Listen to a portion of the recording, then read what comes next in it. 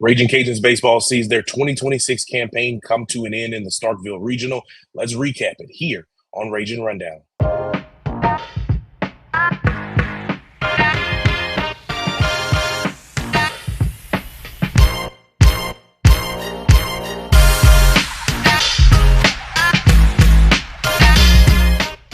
What's good, ladies and gentlemen, and welcome to another episode of Ragin Rundown, the show where you will know all things UO sports.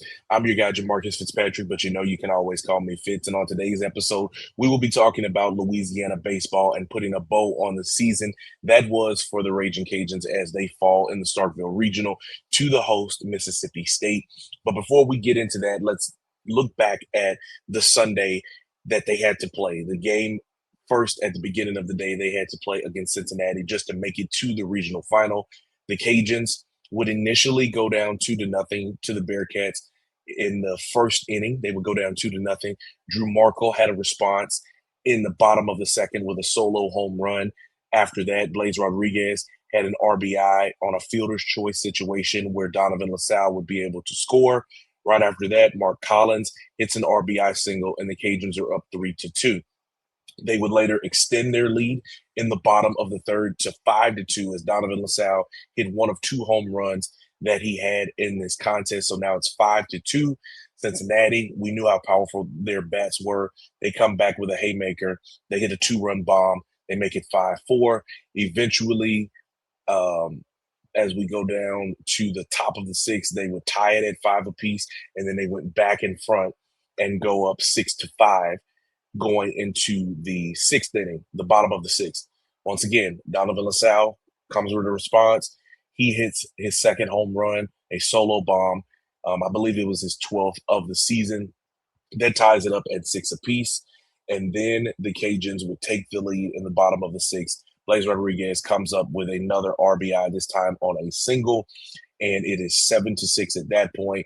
And after that, they would just be able to battle through this one and hold on to be able to win it 8-6. Colt Brown gave you an insurance run in the bottom of the seventh. And from there, they were able to hold off the Bearcats as they continue to be scrappy. Since he goes line out, fly out, line out in the top of the eighth. And then in the ninth, they go fly out, strike out. They get a single up the middle. UO has a mound visit. They have a single. And then they have a ground out to end the game. Cajuns win it 8-6. And it was really just a sign of how resilient this team was and how willing they were to not back down and not quit. Andrew Herman was a perfect example of that. He gets the start in this one, his final collegiate start. He goes 5 innings. He allows 3 hits and 4 earned runs. He strikes out 8 batters and throws 98 pitches. So he just kept chipping away, finding a way to battle in this one. And offensively, they gave him run support to make sure that even though he gave up runs and even though Cincinnati got good hits and good contact against him, they were able to pull this one out. Tyler Pappenbrock was able to get the win and slam the door shut as he went 4 innings, allowing 4 hits, 1 earned run on 77 total pitches, which I think may be, if not a season high for him, it may have been one of his longer outings, which we've talked about before. That's exactly what the Cajuns needed because of the lack of depth that they had out of the bullpen, which we're going to get into that now, talking about the regional final that the Cajuns played in against Mississippi State. And it was a long night, to say the least. This game, I want to say, ran right around 4 hours. The final out, I think, was recorded a little bit after 11 o'clock. And the team, I would not say was tired, but you could sense the fatigue out of the bullpen. Were about just as thin as you could have possibly been. You've played 11 games in 13 days up until that point, and you played 7 games in 6 days during the Sun Belt Conference tournament just to make it to a regional. And this is where that wear and tear finally reared its ugly head in the regional final against Mississippi State. So the Cajuns, they bust back to the hotel, and we were told that they would shower up, change uniforms, and come back. I look across the field. They've changed dugouts. They were in the same white uniforms that they wore earlier in the day. Blaze Rodriguez, his was basically completely brown, and hat tip to him also on the defensive play. I forgot to mention that. He had a great day at the plate. but he also had some huge defensive plays, like some Sports Center top 10 defensive plays that he had in that matchup. And like I said, that was just a sign of how resilient some of those guys have been and how they had that no quit attitude. He was 2 for 4, 2 RBI. Donovan LaSalle was 3 for 4 and had 3 RBI. So those were kind of your main guys that stood out in the win over Cincinnati. But then you get to the night game against Mississippi State, and right out of the gate, it gets to be a home run party. The Bulldogs, that is, would score 3 solo home runs between the first and second inning. They would take a 3-0 lead. And then in the the bottom of the third, because they had the Cajuns batting as the home team in this one, Noah Lewis would hit a solo home run in the bottom of the third inning. Huge moment for the young freshman because he's not a power hitter. So that was just his third home run of the season. But to see him be able to get that one was big in that moment. And you felt like it was a window of opportunity where if the Cajuns could have gotten things going, because by no means were the bats not in a position where they couldn't hit. They got 13 hits on Mississippi State, but they just weren't able to drive in some of the runs. I'll look back to see how many they left on base, but I know that it was quite a few guys that they left on base. We get to the fourth inning, and we see Mississippi State just extend their lead. They go up 4-0 after an RBI single, 4-1 after an RBI single, 5-1 after another RBI single, and then a 2-run bomb makes it 7-1. In the fifth, they would extend it to 8-1 after an RBI single, and then a double steal kind of happens where the Cajuns are able to score another run that makes it 8-2. Colt Brown would hit a solo home run to make it 8-3 in the bottom of the sixth.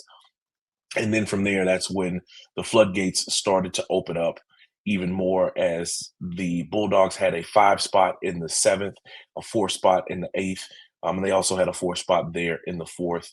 And they just continued to run away with things. The lead amassing and ballooning to as large as 19-5, with that being the final score. Even a grand slam happening, I think, in the top of the ninth, if I'm not mistaken. It was one of those instances, and in the top of the ninth, the grand slam happens, and it was just a long night. It was absolutely long night, and you could tell that these guys were worn out. They were in a position where they just simply ran out of bullets in this one. Looking at the amount of times that guys were left on base, you had 11 base runners that you left on. Mark Collins was left on 4 times. Drew Markle was left on 3 times. Donovan LaSalle and Maddox Mendino were both left on twice. And if I'm not mistaken, there was an instance where they left the bases loaded in this one. So that was something that had happened quite a few times, not just in this postseason, but throughout the season, was stranding base runners in key situations. And, once again, you combine that with the pitching depth being just worn down at this point. It was a recipe for disaster, as Mississippi State took advantage of it fully. The Cajuns would end up pitching 9 guys. Sawyer Pruitt got the start, but he only lasted 1 1/3 inning. After that, Ty Roman goes 2 1/3. J.R. Tillett goes 2 1/3. Hayden Pearson does not last an inning. They even threw Landon Victorian in there. At that point, they're just putting arms out there, letting guys get opportunities.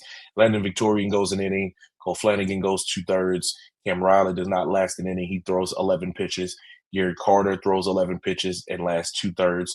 And Andrew Herman, in a kind of Kodak moment or a Hallmark type of moment, gets a final bow as he goes 2/3 innings and tosses 23 pitches. He threw 98 earlier in the day, so well over 100 in that same day for the lefty. I think even Jose Torres got in and got his final at bat into a ground out. So you saw a lot of fight in this team, but like I said, the arms out of their bullpen were just worn down at this point, and the battle that they had to face was just an uphill climb.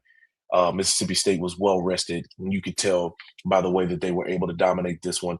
Mississippi State ends up scoring 19 runs on 20 hits, and like I said, you have to tip your cap to them. They were a well battle tested team in the way that they were able to compete throughout this Regional. They did not lose a single one, and every one of the games that they played in, they dominated them.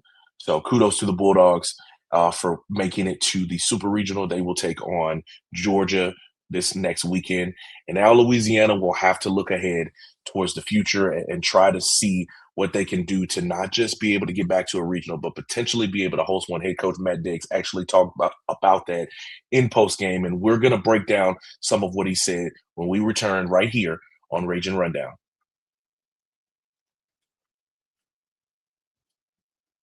Hey guys, thank you so much for tuning into another episode of Ragin Rundown. We're going to get back into the action in just a second, but before we do, if you're watching this video, please do me a favor, like it, share it, and leave a comment down below. But most importantly, make sure you're subscribed to the channel. If you're listening, please follow the podcast feed, rate the show, and leave us a review because that's going to help us get in front of more Ragin Cajun fans just like yourself.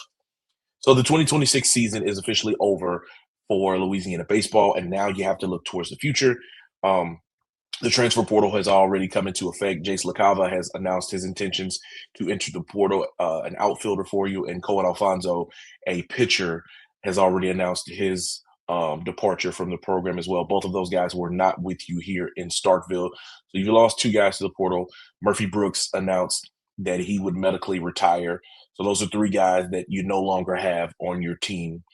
And then you're going to lose five seniors. So when we're looking at your roster, you've got two cornerstone guys and Jose Torres and Andrew Herman, and also Liamade. So three cornerstone guys that have been a part of this program and have seen it.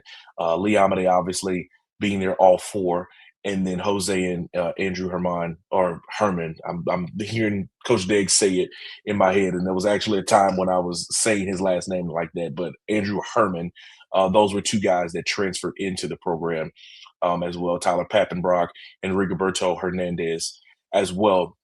So you're going to lose those five guys. That's what's going to be leaving your program. You've lost three, two to the portal, and then one to a medical retirement. So you're down eight guys. And I'm not sure if Coach Deggs was pointing to Cody Brash going into the MLB draft, but I remember hearing him correctly. He said something about having to replace Cody Brash. So I'm assuming in that moment, I have not confirmed it with Cody yet, but I will reach out to him just to see if he does plan on having the intentions to enter the MLB draft. And if he gets selected, would he go ahead and take that opportunity to go to the big leagues? So you're talking about eight guys and potentially nine being out of the mix. So with that in mind, you would have 24 guys coming back. Obviously, the big thing that you're going to want to prioritize is the big four in your freshman class. Finding a way to retain those guys. And we know what that means. It's June 1st. The transfer portal is officially open, and it will stay open for a 30-day window and close on June 30th. So the team will have to be able to hold the rope and find a way to retain those guys. We're talking about catcher Colt Brown. We're talking about pitcher Sawyer Pruitt. We're talking about shortstop Blaze Rodriguez, who was phenomenal throughout this regional and was the lone Cajun to be named all regional. And then outfielder Noah Lewis. All of those guys were all Sunbelt freshman team members, and they will be foundational pieces to the success of what you can have toward the future. Head coach Matt Deggs said in post how, you combine what they have with what they could potentially have coming in. I'm not exactly sure about the signing class that they have. I know one of them is pitcher Evan Vincent because he's from Turlings Catholic in the viewing area that I obviously cover. But he mentioned that he believes that what they have coming back, if they're able to retain the core group of these guys, he believes that this team is not just capable of making a regional, but hosting one in Lafayette. And he said that the main thing is going to be able to have and develop a lot of pitching depth. You in a lot of instances where you had to lean on maybe about 4 or 5 guys out of your bullpen, and that finally caught up to you because of the number of games that you were playing in such a short amount of time. So the big four is going to be a huge priority for you out of that freshman class. You're going to have guys like Mark Collins and Owen Galt to be able to be huge pieces for you out of that sophomore class. You talk about in your junior class, Donovan LaSalle. We saw how big he was. He was your home run leader. Drew Markle had big moments throughout the season. Maddox Mendino being in and out of the lineup and coming up big, and also playing on the defensive end out in the outfield and being interchangeable for you with the way that he produced. And then a person that we did not see this season, but we know what he is capable of whenever he's healthy, and that's pitcher Chase Morgan. It's going to be key to see if, first of all, if he's going to be available going into what would be his senior season, um, and how productive they can be able to have him to be. That's going to be the main thing that we're going to have to see. Obviously, you're going to have to go and recruit your butt off. You're going to have to dip your hand into the portal and find out what guys are going to be the same type of guys that you need. You saw in post. If you see it uploaded at this point, I haven't had time to be able to chop it up. Got back to the room after 12 and stayed up to 2 o'clock to get stuff done for my job at KTC. So I have not had an opportunity to chop up any of the sound bites. But if you went back and watched it, there were moments in there where it was a little bit of tear jerking moments. Andrew and Liamade were at the mic. And they talked about how much Coach Deggs meant to them. And then he turned around and said, last year when everyone was quitting on him, those guys didn't quit. And he talked about how much they meant to him. And then in his final statement, he talked about, the portal and all of those things like that, and said that if the guys that are on this team are going to be willing enough to bet on themselves and be like the Kyle DeBarges and the LP Langevins and the Julian Brocks and the Carson Rockefords, and he listed all of those guys. And you could tell that he's very passionate about making sure that they get the right guys into this program that believe not just in the vision of being a quality team that wins 41 games, 40 plus games in a season, but a team that can go to Omaha. And he truly believes that. And I would say to you that if they can add some quality arms, if they can get Chase Morgan back on top of getting a high level of retention, I can see this being a very, very dangerous team in 2027. That is to be seen. The next step now will be keeping our eyes on what happens to the transfer portal. What guys are you able to bring in? Will there be guys that will depart from the program? We will see in the coming weeks. Obviously, we will be talking about it right here on Ragin Rundown as things transpire over the next month. And then obviously you have the MLB draft coming up in July. We'll see what guys in the vermilion and white will be selected and whether or not they will decide to return to the program. So that's going to wrap up this episode of Ragin Rundown. If you've made it to this point in the episode, thank you so much. Please do me a favor. Please like the video, share it, and leave a comment down below. But most importantly, make sure you're subscribed to the channel. If you're listening, follow the podcast feed, rate the show, and leave us a review because it's going to help us get in front of more Ragin Cajun fans just like yourself. And hey, if you are a subscriber on YouTube and you don't listen, please still open up whatever listening platforms that you have on your phone. Still follow the feed. That's going to help us a ton to get out to more people. If you're just listening to me, go to YouTube and subscribe to the channel because, again, that's going to help us get in front of more Ragin Cajun fans just like yourself. I'm your guy, Jamarcus Fitzpatrick. We'll see you guys next time.